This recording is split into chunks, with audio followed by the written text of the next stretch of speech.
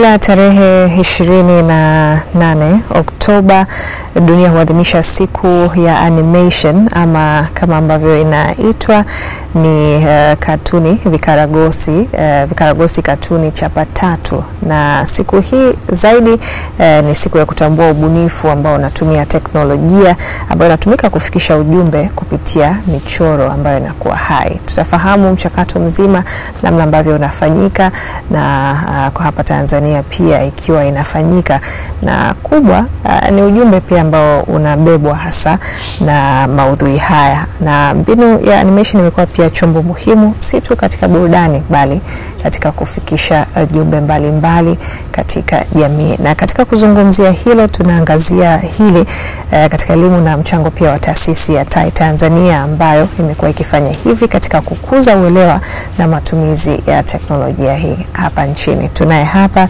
Dativa Mahanyu ambaye ni meneja mawasiliano kutoka TAI Tanzania. Karibu Dativa. Asante sana. Tunaye pia Kelvin Hiza ambaye ni mratibu wa mawasiliano kutoka na TAI Tanzania. Karibu sana. Asante sana. Karibuni sana. Asante sana. Niliahidi kuuliza kwamba animation ni nini. Inawezekana kuna mtu sasa hivi anafuatilia, anatamani kujua animation ni nini na kama kuna aina tofauti za animation na tofauti wake ni upi. Karibu sana. So animation ni teknolojia mpya ambayo ilikuja baada ya kufika katika process tofauti za masimulizi. Walianza kutengeneza filamu za aina tofauti, lakini ikafika hatua teknolojia ilivyosogea wakasema sasa kuna uwezekano wa kutengeneza uwasilishaji wa maudhui yetu katika muonekano tofauti. Tusitumie watu ambao wataonekana moja kwa moja mbele ya watu kwenye screen, lakini tukatumia aina ya vitu au aina ndio vikaragosi wenyewe vitakuwa vikiwakilisha au vikiwasilisha watu ambao walikuwa wanapeleka ujumbe moja kwa moja kwa watu. Hizi ndo animations. Na animation kwa Kiswahili ndo kama alivyosema madam hapa, vikaragosi chapa tatu. Na hizi zipo katika mifumo tofauti. Kuna 3D animation na kuna 2D animation, ambayo 3D animation yenyewe inaonyesha pande zote za mzunguko, wanasema 360. Kwa utamuona muhusika mbele, utamuona kulia, kushoto na nyuma pia. Huko kwa upande wa 2D animation zenyewe zinaonekana kwa mbele tu. Mtu akizunguka hivi huwezi kuona nyuma, na akizunguka basi atazunguka moja kwa moja. Lakini nyingine kuna hizi whiteboard animation ambazo zenyewe zinakuwa hazina rangi, zina michoro tu ambazo zinawasilisha masimulizi fulani ambayo mwasilishaji anataka zifike kwenye jamii. Na kwa kuwa hapo umegusia TAI wamekuwa wakitengeneza pia filamu fupi nyingi tofauti ambazo zinakuwa na jumbe tofauti hasa katika kufikisha maudhui hayo ya animation. Tuangalie mojawapo kwa kifupi tu.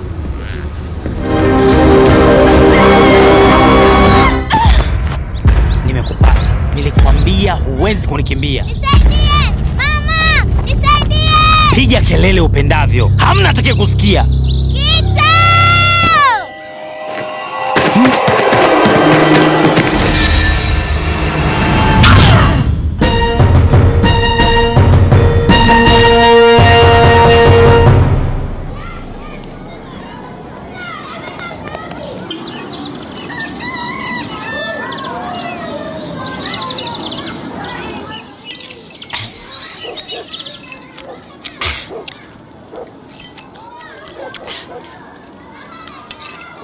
Shani, fumba mdomo ukitafuna. Wewe sio nguruwe bwana. Nina haraka sana baba. Leo mnatengeneza nini? Mpira. Watu wengi wanasema wanaipenda sana mipira yetu. Tukiuza tunaweza jilipia ada zetu wenyewe. Nitakuwa tajiri mie. Wasubiri. Nikirudi nitakwambia kila kitu tulichokifanya. Kita na Neo wamefika baba. Kwa heri. Haya Shani, kuwa makini nje.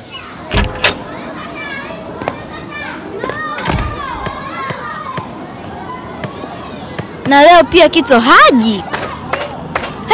Ndio, mpitia yake, mama yake kasema atakiwa kufanya kazi. Hakuna tunachoweza kufanya. Ni mama yake. Twende zetu TAI Center.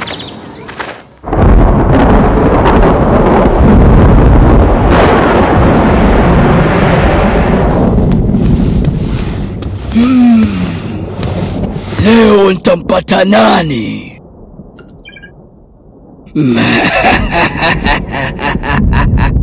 Nimempata wa kwanza.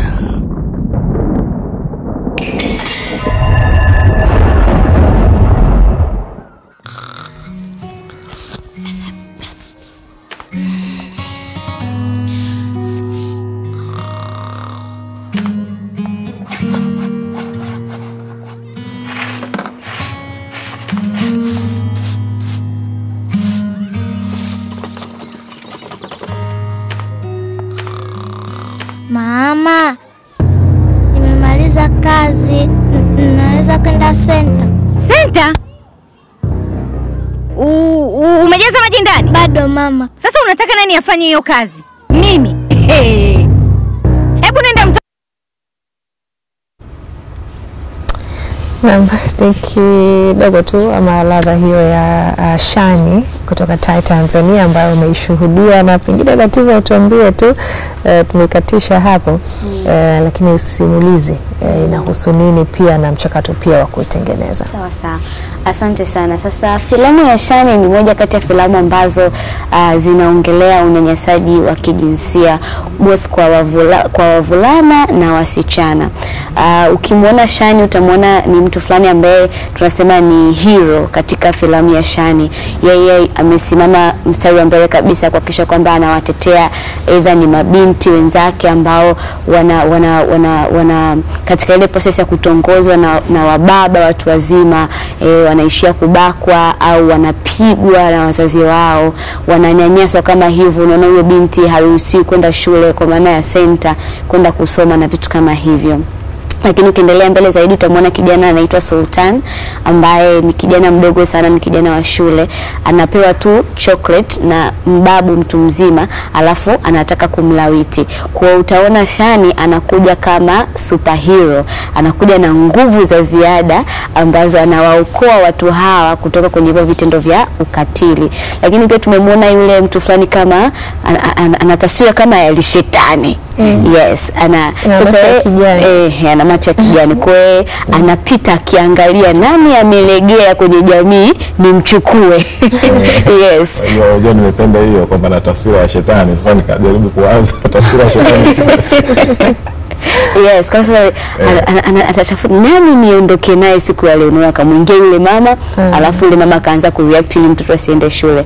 Kwa hizi ni ukiziangalia unaweza ukawa unacheka, lakini kweli ni maisha halisi ya watu wanapitia kwenye jamii zetu. Na sasa kwa mchakato ni kwamba huwa tunakaa chini, tukikaa chini tunaangalia kwenye jamii zetu kuna changamoto gani, alafu tunatoka tunakwenda kwenye story collection, tunapita kwenye jamii husika, tunasikia zile changamoto. Kwa hiyo tunasema sisi story zetu ni human centered design, kwamba ni matatizo na experience halisi za watu. Kwa hiyo tukisha zikusanya zile story, sasa tunakuja mezani, tunakaa na expertise tofauti tofauti. Kwa mfano kama hapa tulichukua watu kutoka jamii, wizara ya maendeleo ya jamii, lakini pia tunachukua wanafunzi, tunachukua wazazi, tunachukua watu ambao wana expertise kwenye swala husika, ambao issue husika ambao tunataka kuiaddress.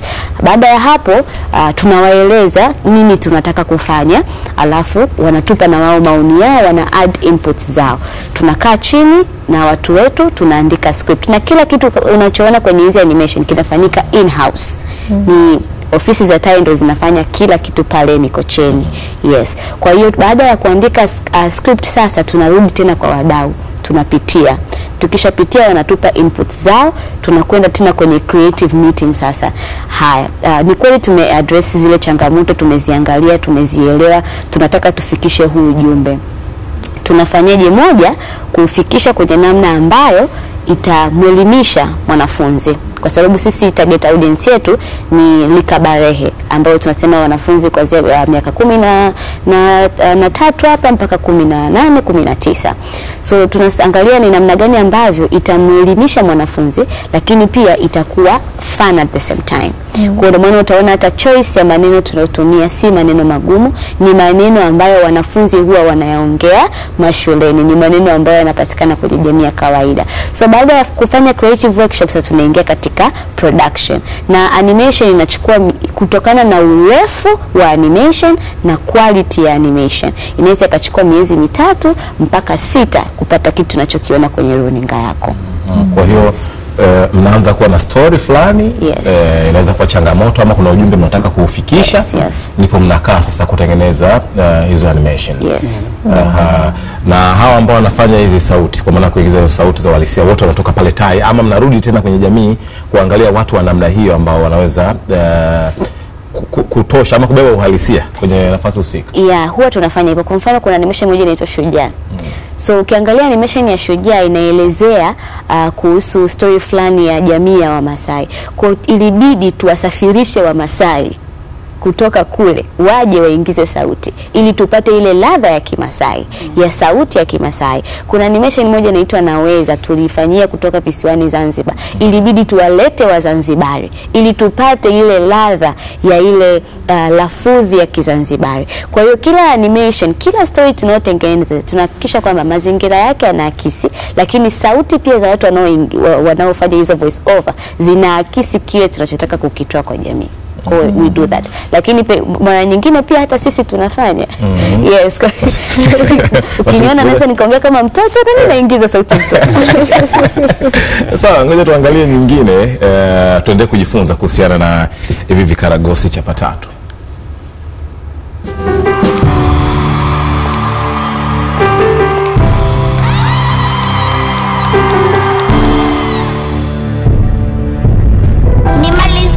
Kusema wakati wengine mmelala, Wasindi tuko macho, tunawajibika. Tofauti ya kijiji kisicho na maendeleo na chenye ustawi ni uwepo wa wanawake na mabinti wanaothaminiwa na wanaopewa nafasi kama sisi. Ona inavyopendeza na kufurahisha. Tumewaletea heshima iliyotukuka. Ukatili hauna nafasi katika jamii ya Wasindi. Tunaidai inaita 1 na 2 nyingi. Tunaidai vyuo vikuu, degree na PhD nyingi. Sisi ni mashujaa wenu.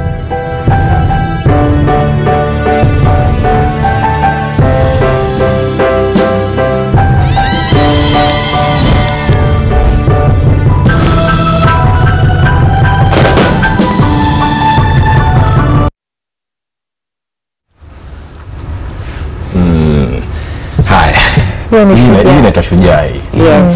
Ambayo inakusudia kumwezesha ama kumnyanyua mtu zaidi, sio? Ndio ambayo ulitupa muhtasari wake kidogo bila shaka. Sasa mimi kitu ambacho natamani kujua zaidi kuhusiana na hizi animation, utofauti kati ya animation kwa maana vikaragosi chapa tatu na aina nyingine ya simulizi ama aina nyingine ya njia za kuandaa makala masimulizi kama hizi, kupata utofauti wake na kuona ujumbe pengine ni upi. Huwa mnafanya pia na hizo zingine? Movie unaongelea sasa zile movie inawezekana kama makala kwa kirefu zaidi. Kelvin labda. Okay. Unapokuja Tai, hizi zote tunafanya animation, lakini tunatengeneza pia film, bila kusahau makala. Sasa hizi zote zina utofauti wake, especially kwenye production, kwenye uzalishaji wa kazi zenyewe. Kwanza kabisa kwenye animations ndio unakuta tunakusanya watu wengi zaidi, tutatumia hapa mashine kubwa zaidi kwa ajili ya hizo modeling, kuandaa zile ideas na story mpaka kuja kuleta kwenye uhalisia zaidi. Lakini ukija kwenye filamu za kawaida ndio hapo tunatumia watu ambao wahalisia na wenyewe ndio watakaowasilisha zile story kwenye jamii. Tutamwona kama tunatumia dativa, tutamwona dativa kwenye screen moja kwa moja. Ina mwisho wa siku itakuwa hivyo. Lakini kwenye tofauti na animation, atakuja dativa, ataigiza mwanzoni, tutamrekodi. Lakini mwisho wa siku tukipeleka kwenye mashine tunamtengeneza tena mtu mwingine, tuseme kama Shani, ataonekana tena dativa. Namna ambavyo sasa ujumbe unafika kwenye lengo lenu ambalo mmejiwekea kati ya hizi animation ama filamu ama makala, kipi ambacho kinafika zaidi kwa tathmini yenu? Inawezekana kwenye animation mna rekodi kwamba hii inashawishi zaidi na kufika zaidi tofauti na hii. Asante sana. Sasa kwa sisi Tai Tanzania, sisi tunatumia simulizi za hadithi na teknolojia ambayo ni vikaragosi katuni chapa tatu. Tunatumia vitabu vya komiki na maigizo ya redioni. Same story. Ila sasa kwa mfano kama history ya Vikaragosi katuni chapa tatu animation, tunachokifanya sisi tunaona ina impact zaidi kwa sababu tunafanya tukienda mashule, sababu sisi hizi animation tunazidistribute mashuleni. Tukienda mashuleni sasa kwa wanafunzi tunapima uelewa, tunafanya post testing, pre and post testing, uelewa wao kabla ya kutazama animation na uelewa baada ya kutazama animation. Kwa tukipata hivyo tunakuja sasa tunaangalia filamu. Baada ya hapo kila mwisho wa filamu kuna maswali, tunayauliza maswali, lakini tukishauliza maswali kwa unapata kuelewa mara ya kwanza yule alinijibu hivi, baada ya kuangalia filamu amenijibu hivi, kwa kumbe kuna kitu. Na ndio hapa tunasema sasa sisi lengo letu TAI ni ku influence positive behavioral change. Ndio the whole point ya kutengeneza animation. Hatutengeneze animation ili mtoto acheke afurahi. Sisi we want to do social behavioral change kwa kutumia maudhui ya katuni, ambapo mmefanikiwa kwa asilimia kubwa sana. Kwa sababu nakumbuka kuna shule tulienda, dada mmoja by that time rafiki yake alikuwa mjamzito. Tuna animation moja inaitwa Kichanga. Yes, ni shule. Inaitwa Kichanga. So baada ya kupata ujauzito akaacha shule. So tumeangalia filamu, tumemaliza, akatufuata. Akasema ninatamani sana kama rafiki yangu angekuwa ameipata nafasi ya kuona hii animation. Huenda asingefanya maamuzi aliyofanya.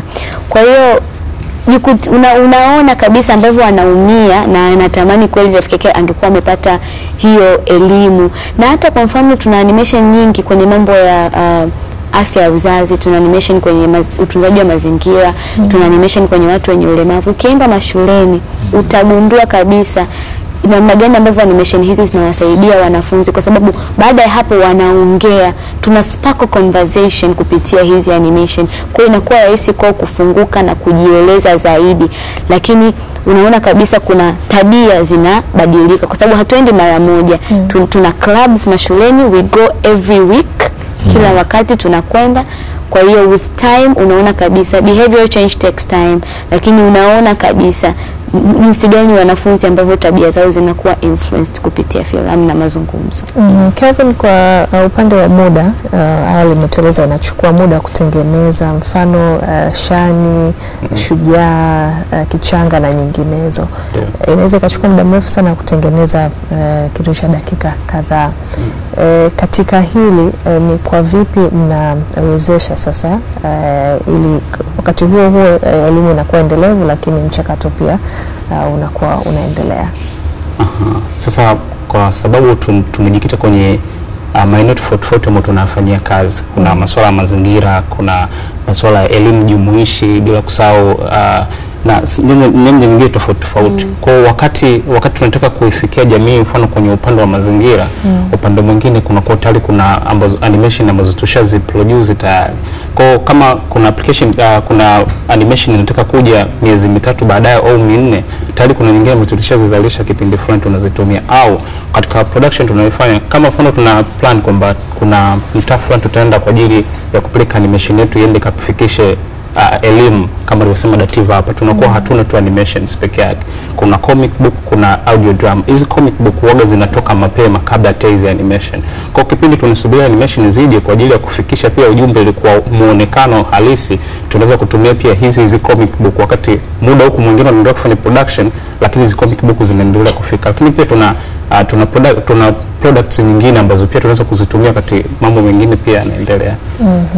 Wakati huo pia tuangalie animation nyingine ambayo TAI Tanzania pia wamekuwa wakitengeneza. Wewe mwenye taarifa na elimu za usawa kijinsia, afya ya uzazi, ukatili ulikuwa hujui? Hapo zamani za kale kulikuwa na mzee aitwaye Patapata. Patapata? Si mchezo wa watoto huo.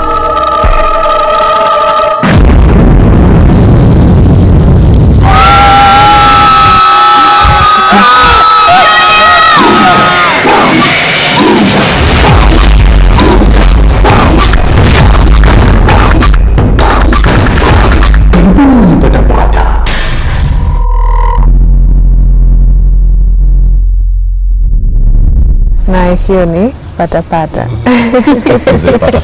Patapata amefanyaje tena? Amepata mimi. Patapata bwana. Sasa the beauty of patapata imetoka kipindi mimi ndo kwanza naanza kazi Tai. Kwa hiyo nilikuwa na mimi nimeikuta kwenye launch. So ni story ambayo unamwona huyo bibi huyo. Huyo bibi yeye kazi yake ni kuchukua roho za watu wasioweza kujibu maswali kuhusiana na afya ya uzazi. Yeah, so unaona hilo boxi ni mchezo wa patapata. So ndani yake kuna maswali unaweza ukaulizwa, je, labda elimu ya afya ya uzazi unaipata wapi? Ukisema shuleni umekosa, kwa unaanguka kwenye hilo bonde. Umeona kiwalisia unatakiwa ukaipate kwenye vituo vya afya na vitu kama hivyo. Kwa hiyo utaona hapo wanajadiliana sasa wale wanafunzi ili kuweza kupata jibu sahihi. Kwa hiyo mchezo wa patapata unamuelimisha mwanafunzi kwamba kuna madhara ama kuna consequences usipoweza kujua masuala fulani ya juu ya afya yako. Kwa hiyo ni jukumu lako kama mwanafunzi, ili usife, usianguke kama vile, lazima upate taarifa sahihi. Na hata kwenye maisha ya kawaida usipokuwa na elimu ya kutosha juu ya masuala ya afya utapata athari. Sasa naipata picha ya kupatapata. Kwa hiyo usipopatapata utakosa kosa. Usipopatapata utakosa kosa. Kwa hiyo lazima uwe unapatapata. Usiumie. Najaribu kuangalia kwenye muktadha wa elimu. Mpaka sasa hivi mchango wake upo kwa kiasi gani kwenye kuleta mabadiliko ya jamii kwa ujumla wake? Kwa sababu naangalia ni vitu ambavyo vinatija sana binafsi. Okay, so kupitia animation zetu kwanza kwenye shule tofauti tumeweza kufikia zaidi ya vijana 57,000 Tanzania nzima. Yes. Lakini pia kupitia mitandao, kupitia traditional medias kama hivi tumeweza kuwafikia zaidi ya watazamaji milioni 17. Na hizi animation ni bure kabisa. Ukienda kwenye YouTube channel ya Tai Animate unazipata. Kwa hata ukija kuangalia database yetu nyuma in the back end, unaona kabisa zinatazamwa, watu wanaacha a lot of comments, watu and surprisingly sio tu Tanzania, hadi nje ya nchi watu wanatazama. Lakini pia kule mashuleni, hata sisi Tai tusipokuwepo, we are confident kwamba kuna wanafunzi ambao tayari tumewaempower kwa ajili ya kuempower wengine. As I said, sisi tuna Tai clubs. Kwa hiyo tunachofanya, tunamuempower mwalimu, tunamuempower mwanafunzi. We are doing everything we can. Tuna hizi comic books tunaziacha libraries. Tuna print kama PC 50 tunaziacha ndani ya library. Tuna ma comic posters, the same story. Kwa Shani ipo kwenye kitabu cha komiki, Shani ipo kwenye poster, tunabandika notice board, tunabandika madarasani. Kuhakikisha kwamba kila mwanafunzi lazima asimame tu akiona katuni. Kwa akisimama akisoma, anaweza kumuita na mwingine, wanafunzi ambao tumewafanyia peer training na wenyewe tunawa-equip, wanaweza kuwa-equip wanafunzi wengine. Kwa with time unaona kabisa there is change. Kwa kwenye issue ya mabadiliko, we are confident to say kwamba animation ni kama vile ambavyo watoto wanakuwa influenced na any other cartoon ama nyimbo zozote. Ukipita huko unasikia yes, it's kama sisi hapa kuna mtu wewe unakunywa kinywaji fulani kwa sababu msanii fulani anakunywa, unaelewa? Na kuna watoto wanaishi this lifestyle ya awareness just because wana watch animation. Unashangaa usifanye hivyo, kutoka animation ya Tai imetuonyesha kwamba inabidi tuwajali watu wenye makundi maalum. Kwa with this hata ukipata feedback kwa walimu, you are confident kusema this work is it's actually kama namba sahihi ama kamili kwenye watu 50,000 hasa kwa vijana ambao mmewafikia, pengine ni wangapi wamebadilika kitabia sasa? So with the feedbacks ambazo tunapata, tunaweza tukasema ni kama nusu ya hiyo namba, kama watu 30,000 na kitu hivi tunaweza tukawa tumewa impact kwa kubadilika tabia. Inawezekana sio tabia zote, lakini kuna tabia kamoja ambapo kamebadilika. Yes. Calvin, kwa upande wa uendeshaji na utengenezaji pia wa maudhui haya ya animation, ni changamoto gani ambazo mmekuwa mkikutana nazo na ni kwa kiasi gani mmekuwa mkizifanyia kazi pia? Sasa changamoto kubwa inakuja tofauti za imani kwenye baadhi ya maeneo ambayo tunataka kupeleka simulizi hizi, kwa sababu kuna maeneo kienda, ndio maana tunajitahidi kabla inafikiri ndio itakuwa solution kwanza. Kuna baadhi ya maudhui yetu ambayo tulikuwa tukipeleka baadhi ya maeneo, unakuta kuna baadhi labda ya maneno au mionekano au hata namna tulivyotumia wahusika inakuwa sio sahihi kwa maeneo hayo. Kwa way forward ikawa nini? Manake kuwahusisha watu mbalimbali ambao wanatoka kwenye sehemu ambazo tunataka kuzilenga. Kama ni kuhusu masuala mazima ya Wizara ya Afya, kama ni animation tunataka kuzungumzia masuala ya afya, awepo mtu kutoka kule Imadi wakati kabisa tunaitengeneza, atuambie kitu hichi zungumzeni, kuna mpaka maneno kwamba neno hili usilizungumze kwa sababu lina athari kwenye jamii. Lakini mfano kuna ile shujaa kwenye Umasai, kama tusingeenda kule kwa Wamasai, labda kuna vitu ambavyo wenyewe wasingetaka tuvizungumze, ingeleta shida, lakini kwa sababu tumewashirikisha na wakakubali, wakaridhia hayo maudhui. Yani kwa ya kwanza kabisa inakuaga ni kuhusu masuala lazima ya imani tofauti za kwenye jamii, lakini production kwa ujumla, production yake inakuwa inachukua muda mrefu, vinahusika mashine ambazo zinahitaji nguvu kubwa. Hapo kuna watu ambao wapo kupokea feedback kwa kila wakati. Kuna mtu wa script atapokea feedback mpaka kuna mwisho wa siku anasema hapana jamani, anasema mimi bwana jana mlisema nimemaliza, sasa tumemaliza, lakini kutoka labda bodi ya film inasema maneno haya na tusitumie. Kutoka kwa watu wanaofahamu Kiswahili zaidi wanasema maneno haya tusitumie. Au kuna wakati labda amerekodi sauti mtu fulani, ile sauti ukisikiliza na namna anavyozungumza character wetu tunaona hapana, mbona hata midomo ifanani, hii sauti kweli mbona sio ya mzee, hebu tutafute tena mtu mwingine. Kwa inakuwa hivyo. Na wakati mwingine unaweza kukuta animation imetengenezwa, imemalizwa, inapelekwa kwa client, inaweza ikatumika, mwisho wa siku mtu anakuambia hapana, mimi ninavyoona animation hapana, mimi sijaridhika nayo. Watu walishalenda, wamemaliza kila kitu, wanarudi tena kwa ajili ya kuanza kuitengeneza. Kwa changamoto kama hizo mwisho wa siku unaona basi ni kushirikishana mapema kabla kazi yote ijaanza. Lakini hizo ni changamoto za ndani sasa. Za ndani. Zile za nje ambapo mkienda field wakati mpo kwenye mchakato wa kuandaa, na zenyewe zipo pia bila shaka.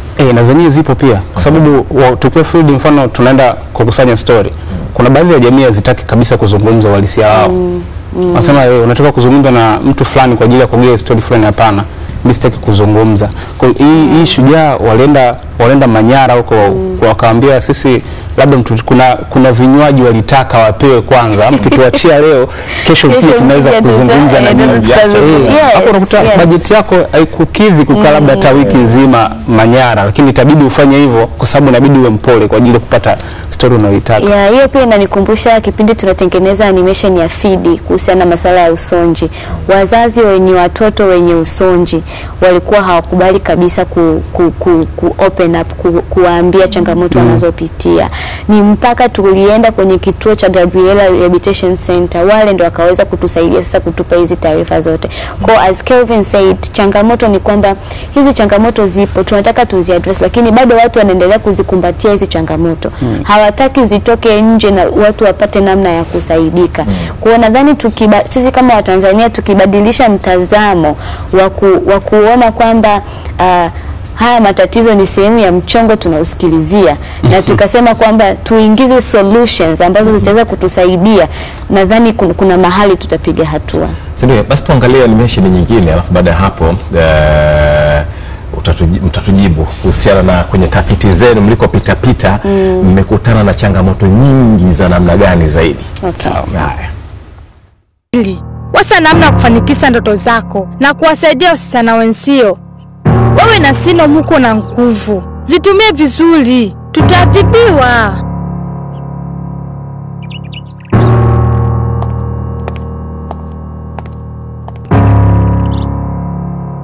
Utani umeisha, Siam lazima achague mila au usungu. Usomi wake usichafue mila zetu.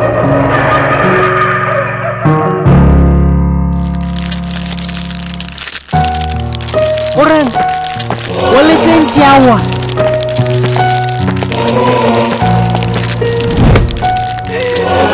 Lele. Kimia.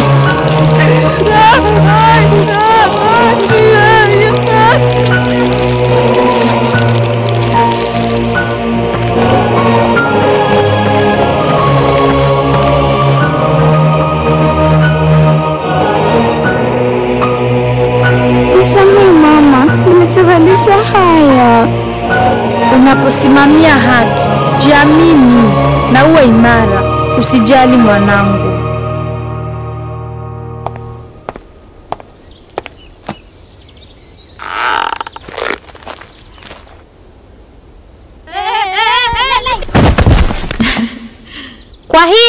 nini twende? Maana hatuwezi badili mitazamo bila kupata busara za wahenga. Kiukweli kizazi hiki kinahitaji mabadiliko. Kwani ni checho mabadiliko hayo. Leo isema kuhusu usawa. Wakaniona nawaletea enzi. Mabindi, mna vipawa. Na njia pekee ni mmoja wenu. Na nguvu ya ushauri itawasaidia.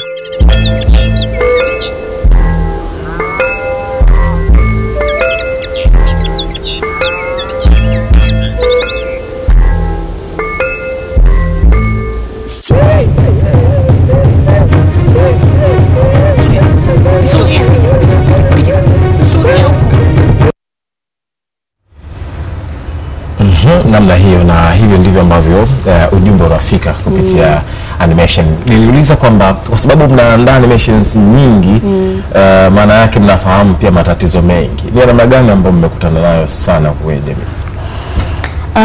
Matatizo ambayo tunakutana nayo sana kwenye jamii ni watu kufikiri kwamba sisi tunafanyia biashara matatizo yao. Tunapokwenda kwenye jamii kutafuta hizi stories, sisi ni NGO, si taasisi ya kutengeneza faida. Tunataka kuhakikisha wanafunzi wanapata positive behavioral change. Lakini unakuta unaenda kwenye jamii, mtu anakuambia ili mimi nikupe story ama nikueleze changamoto tu ambazo jamii yangu inapitia, lazima unipe kiasi cha pesa fulani, ama mimi nitabenefit nini kwenye hiki. Lakini tunatamani watu watambue kwamba it is not even about us, sio kuhusu sisi wala sio kuhusu, ni kuhusu watoto ambao tunataka wapate elimu ambayo wanaikosa kwenye jamii. Kwa sababu the reason kwa nini tuliingia kwenye animation ni kwa sababu tulikuwa tukifika shule, we lecture in lecture, tunaongea tu. Kwa mwisho wa siku ukitoka hapo mwanafunzi kasahau. Lakini ukija na animation anapata elimu inastick kwenye kichwa chake. Kwa hiyo ni mbinu ambayo tulitamani iwe solution kwa watu wengi. Lakini pia sisi tunafanya kazi sana mikoani tunafika, lakini kuna zile sehemu ambazo ni za vijijini tunatamani tuzifikie. So tunatamani sana, changamoto ni kwamba pia hatujafika sana kwenye maeneo ya vijijini kule.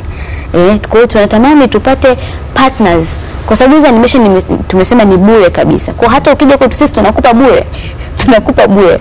Kwa hiyo tunatamani tupate watu ambao wanafanya kazi mule kwenye vijiji mule ndani, ili tukiwapatia kwa sababu ukweli ni kwamba huwezi ukafanya kila kitu peke yako. You need other people to support. Na kwenye matatizo yenyewe sasa, Kelvin, kama huko kwenye jamii kuna nini? Yaani matatizo ambayo yapo kwenye jamii.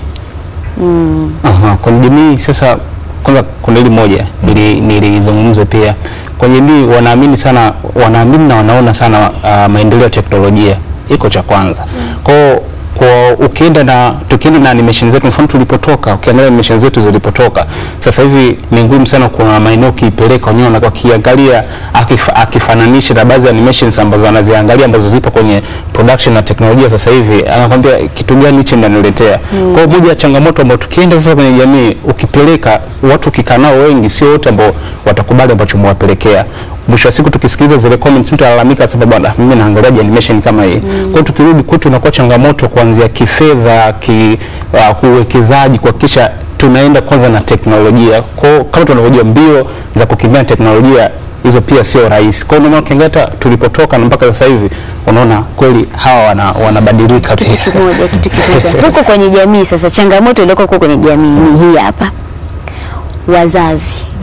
Wazazi hawaamini kama tumefika era ambayo tunatakiwa tuseme ukweli kwa watoto wetu, especially watoto wa kike. Unakwenda sehemu kuongea na mtoto kuhusiana na hedhi salama, mzazi wake anakataa, anasema kwa nini uongee na mtoto wangu kuhusiana na masuala ya hedhi salama? Changamoto za mimba za utotoni ni ukweli, lazima tuwaambie kwamba ukifanya 1, 2, 3 madhara yake ni 1, 2, 3. Kwa hiyo ukifika huko, wazazi hawataki watoto waambiwe ukweli, na wao nyumbani wanakumbatia hawaambiwi ukweli.